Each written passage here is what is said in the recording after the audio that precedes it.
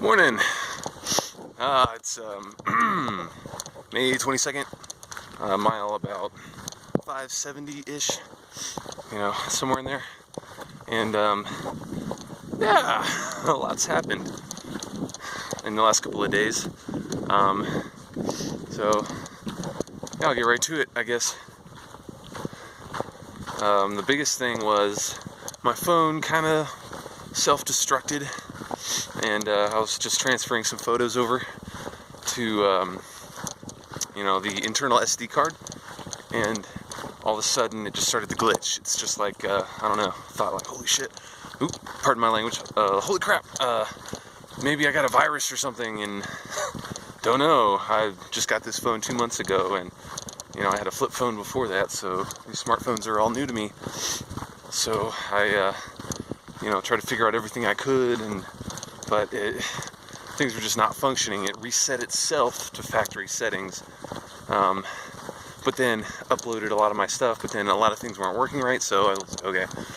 So I was able to get a ride into Santa Clarita to a tiny Verizon store, and the guy there, was taking a look at it for about 20 minutes, and finally, says to me, dude,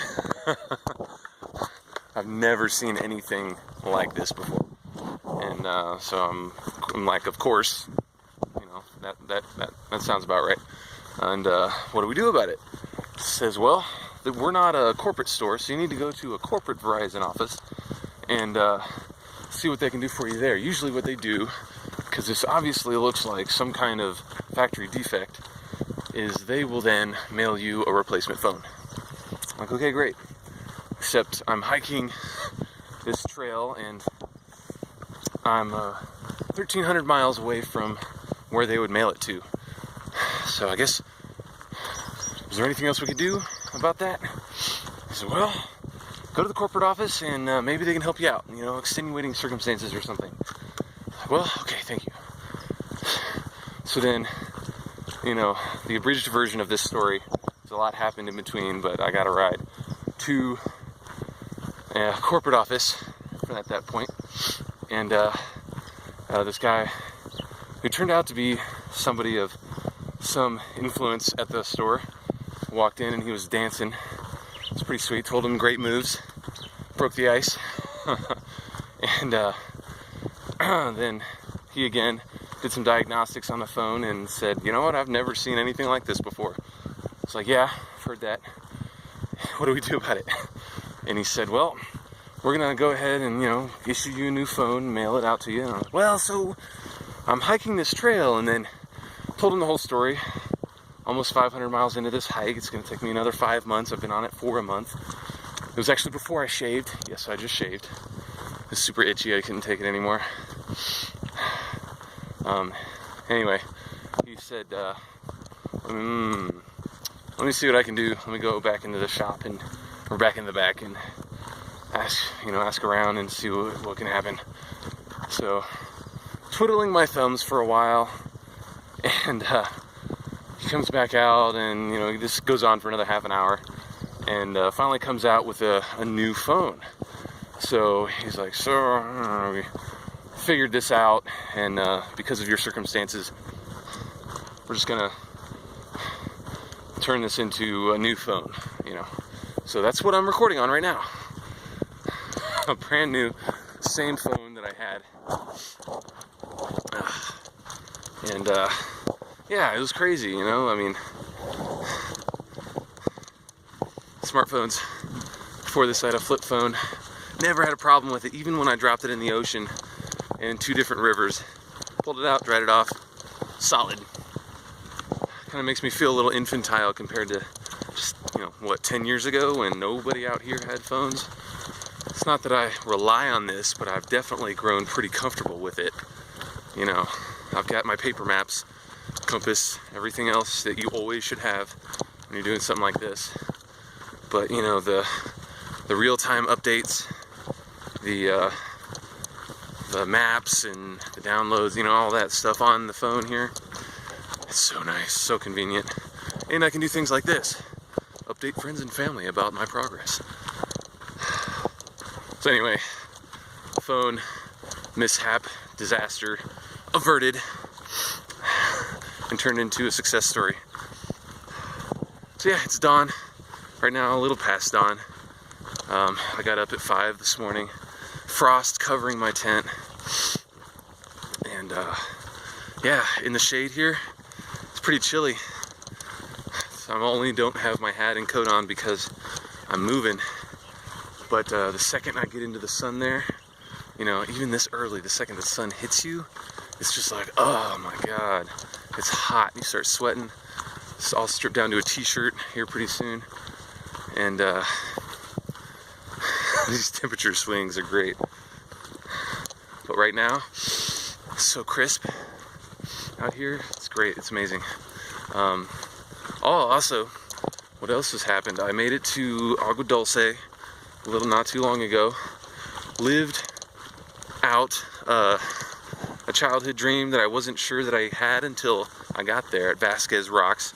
I got to stand in Captain Kirk's footsteps, literally, and where he fought the Gorn on, you know, the lizard captain or whatever, the fight to the death on those rocks.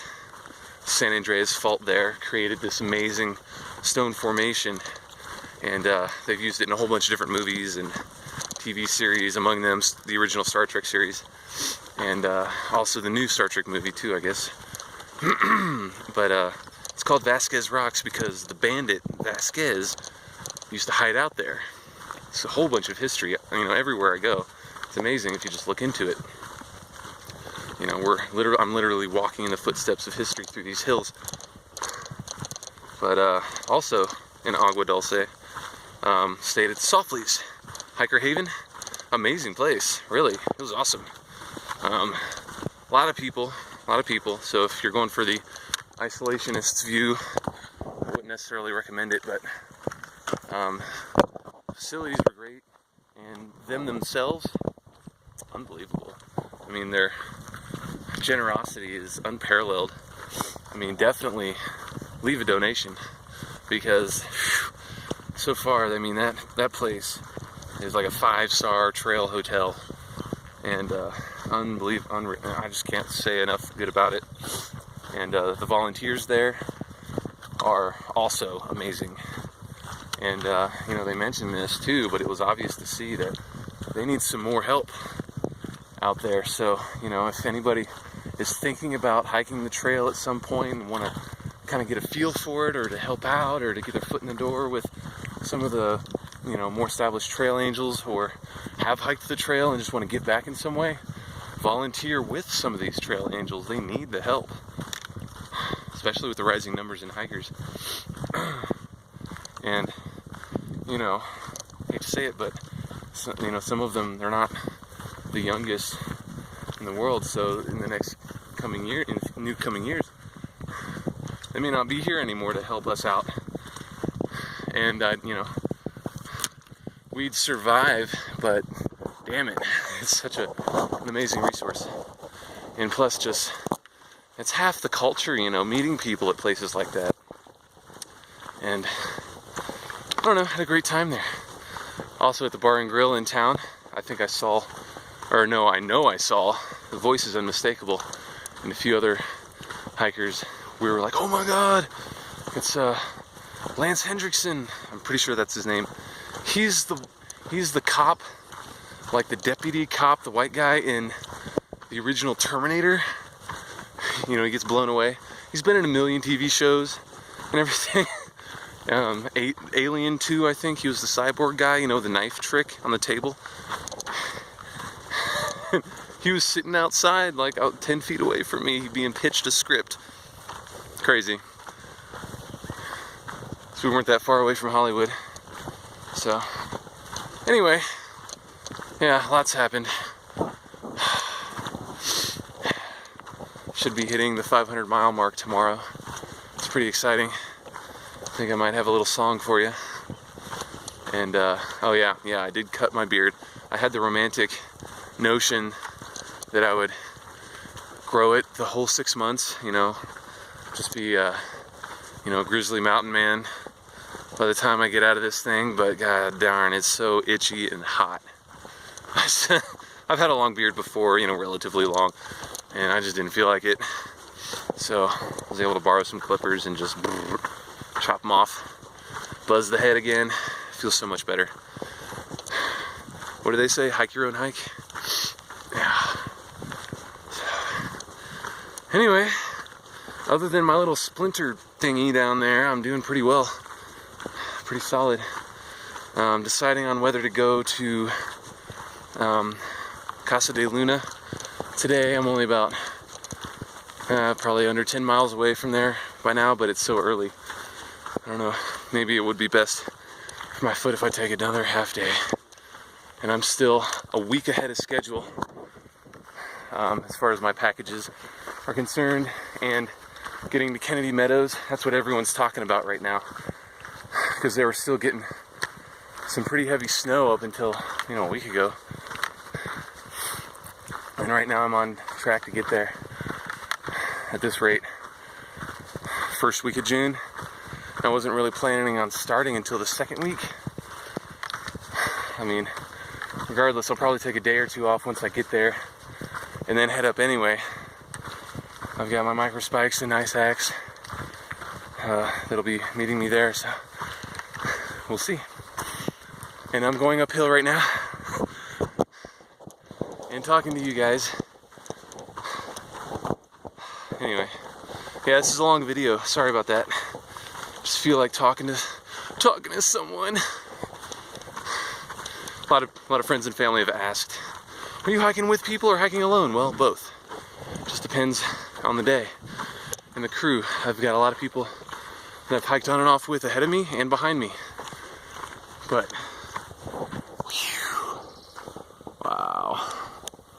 Hiking alone definitely has its benefits and its drawbacks like anything else. And I enjoy it. Moving under your own power. You know, the trails out here aren't hard to follow, really. They're actually, even though compared to the AT, so I've heard, a huge lack of signage, but really, you can't really get lost. There are a couple spots where I got turned around, but even without using my fancy GPS maps on here, like half miles stuff and, you know, a few of the others, pretty easy to find your way. You know, granted there's no snow covering the trail here, so we'll see about the Sierra. But yeah, apparently there's really, other than them being over 2,000 miles long, going north and south, and being near a coastline of the US, there's really no comparison between the AT and the PCT. They're such different trails. You know, I've heard that the AT is really, the Appalachian Trail is really just literally a walk in the woods. Shrouded in trees most of the time. You know, you'll have an overlook somewhere, but here, there's nothing but grand vistas and views. I hear a lot of Oregon, and I've hiked a good bit in there, is similar in that it's covered in trees, but, you know, California so far has been nothing but grand views and tall mountains and desert valley floors. The Mojave coming up. So, and the grade of the trail on the PCT, it's a lot more graded for hikers, being that it's not as steep as the AT, because a lot of the AT, I guess, just goes straight up. You know, they don't bother with switchbacks. On the PCT, they've embraced switchbacks, and that's awesome. But the AT is like more straight. PCT basically meanders all over the place. So anyway, I'm rambling, so I'll leave you guys with that.